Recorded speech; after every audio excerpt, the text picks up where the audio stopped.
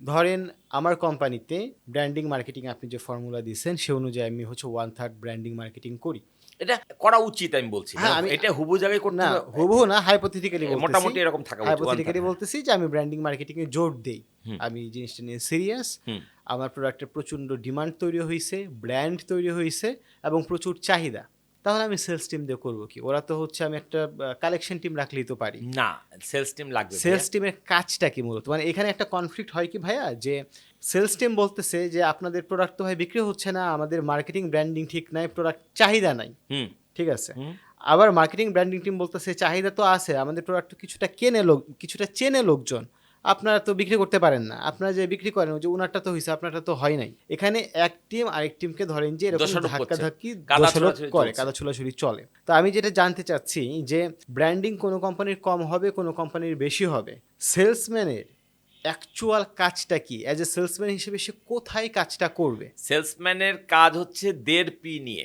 1.5 P মানে ওই যে মার্কেটিং এর বেসিক 4টা P আছে না, জি। Product, price, placement, promotion. জি। সেলসম্যান এর মধ্যে প্রোডাক্ট নিয়েও কিছু করার নাই, প্রাইসিং নিয়েও কিছু করার নাই, এগুলো অন্য ডিপার্টমেন্ট দেখে। রাইট। তার কাজ হচ্ছে প্লেসমেন্টের পুরো P আর প্রমোশনের অর্ধেক P। জি। আমি বলি সেলসম্যানের দায়িত্ব হচ্ছে 1.5 P একটু ভেঙে বলেন। ভেঙে বলছি, মানে প্রোডাক্ট মার্কেটে ডিমান্ড তৈরি হোক বা না হোক, হবে তো বটেই, বা যদি নাও হয় তবু যে দোকানে বা যে চ্যানেলে এই প্রোডাক্টটা থাকার কথা সেই চ্যানেলে পৌঁছানোর দায়িত্ব সেলসম্যানের। এইটা না পৌঁছানো তার, আমি যদি অন্যভাবে বলি, কবিরা গুণা টাইপের, মানে মারাত্মক অপরাধ। তোমাকে পৌঁছাতে হবে। দোকানদার রাখে না, নেয় না, এইসব কথা বলা যাবে না। এটা যেভাবে হোক দোকানদারকে কনভিন্স করতে হবে। তোমার দিনের মধ্যে 10 দোকানে পাও না, 7 দোকানে তো পারতে হবে, 7 দোকানে পাও না, 5 দোকানে তো পারতে হবে। তুমি কিছুই পারো না, তাহলে তো হবে না রে ভাই।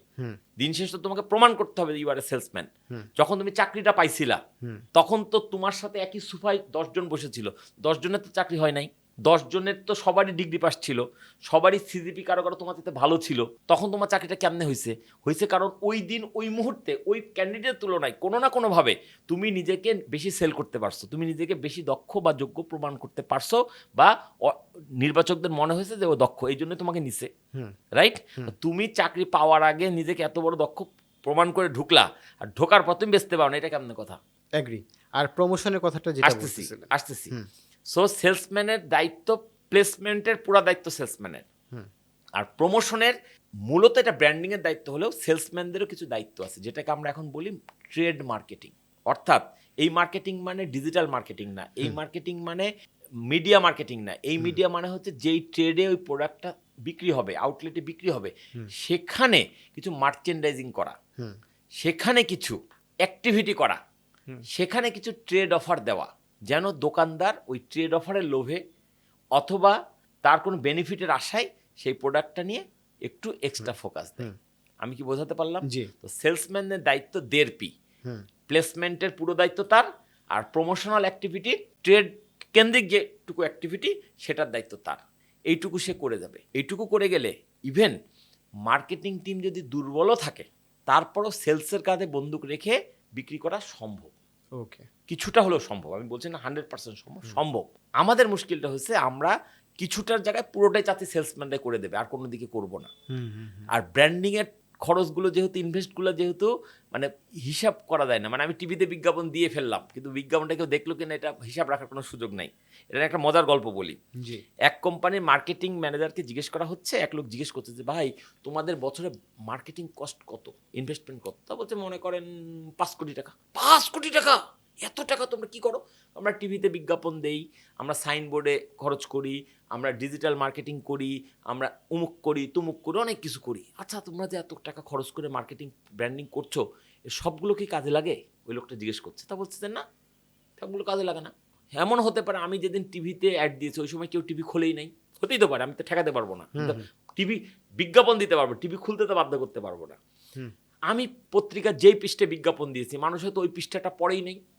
তাহলে আমি ব্র্যান্ডিং এর পিছনে ইনভেস্ট করলেই পুরোটাই যে আমার উপকারে লাগছে এমন গ্যারান্টি দেওয়া যাবে না। আমি রাস্তার পাশে একটা সাইনবোর্ড দিয়েছি, এমনও তো হতে পারে ওই রাস্তায় লোক চলাচল কমে গেছে, বা লোকজন মাটির দিকে তাকিয়ে তাকাচ্ছে, উপরে সাইনবোর্ডের দিকে তাকাচ্ছে না। তো তখন ওই লোকটা প্রশ্ন করলো, আচ্ছা এই যে তুমি বলছো মার্কেটিং খরচ করো, তার অনেক কিছু কাজে লাগে না, কি পরিমাণ অপচয় হয়? তা মার্কেটিং ম্যানেজার বলছেন মনে করেন 50%। 50% মানে 5 কোটি টাকার 50% মানে 2.5 কোটি টাকা নষ্ট, যার কোনো কাজ নাই। এটাই যদি হয় তুমি করছো কেন? তখন মার্কেটিং ম্যানেজার উত্তর দিল সেটা খুব ইন্টারেস্টিং। উনি বলছে কোন 2.5 কোটি কাজ করে আর কোন 2.5 কোটি কাজ করে না এটা জানি না বলেই 5 কোটি খরচ করি। আমি কি বুঝাতে পারলাম? মানে আমি সব করে দেবো, কোনটা কাজে লাগবে কোনটা কাজে লাগবে না। এটা একটা কৌতুক বললাম, বাট বাস্তবতা হচ্ছে আজকাল ব্র্যান্ড টিম, মার্কেটিং টিম, কোন মার্কেটিং যে ধরনের প্রপোজাল নিয়ে ম্যানেজমেন্টের কাছে যায় না কেন, এর সাথে খরচ ইনভলভড, বাজেট ইনভলভ, সেটাই মালিকের পছন্দ হয় না। হ্যাঁ, বাজেট ইনভলভ। না, এটা লাগবে না, এটা করে কাজ হবে না, এটা করে কাজ হবে না। তুমি যদি সবই প্ল্যানগুলোকে বাদ দিয়ে দাও, আসলে তো সে বাদ দিচ্ছে, ভাব দেখাচ্ছে কাজ হবে না, কিন্তু আসল সত্য হচ্ছে ও বলে না, বোঝাচ্ছে যে টাকা খরচ করবো না। এইভাবে যদি তুমি কোনো আইডিয়াই না কাজে লাগাও, তাহলে দিন শেষে তোমার বিক্রিটা বাড়বে কোত্থেকে? বন্ধ হয়ে যাবে, কমে যাবে। তখনই টার্গেটকে হাই মনে হয়। মানে এইখানে ঠিক না করার কারণে ওইটা ঠিক হচ্ছে না। কিন্তু আমাদের মার্কেটে ডিমান্ড থাকতো, তাহলে কিছুটা ডিমান্ডের কারণে, কিছুটা সেলসম্যানের পুশিংয়ের কারণে মোটের উপরে টার্গেট বেড়েও যেত, অ্যাচিভও করা যেত।